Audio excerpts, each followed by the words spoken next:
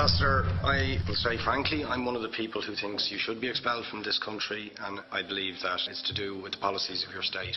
If I was Jewish and had never stepped foot in Israel, I could claim citizenship there tomorrow, but 6 million people whose origins are in what you now call Israel, who were forced out in 1947 or 48, do not have that right.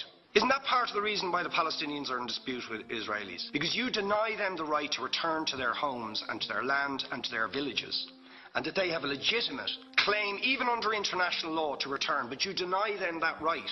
Why do you deny them that right? And why do you give that right to other people who have no connection whatsoever with the land, whether you call it Israel or whether you call it Palestine? Why do you continue to seize land if you're serious about Oslo and the two-state solution, which under that agreement is land designated to be Palestinian land? 500,000 people, most of which has taken place since Oslo. You allow that to happen. Why do you allow it to happen? If you're serious about giving this land to the Palestinians, it's absolutely extraordinary. Are you not just taking us, Ambassador, for idiots? That you can say with a straight face, we're serious about peace, but while we're serious about peace, we're going to seize Palestinian land. And you expect the Palestinians to just sit back and do nothing about that. Now, you know what the Palestinian people have been asking for. Far less even than some people would ask for. Because I believe the whole apartheid system should be dismantled. But what they've asked for is to lift the siege of Gaza. Just to lift the siege of Gaza. Let them have an airport. Let them have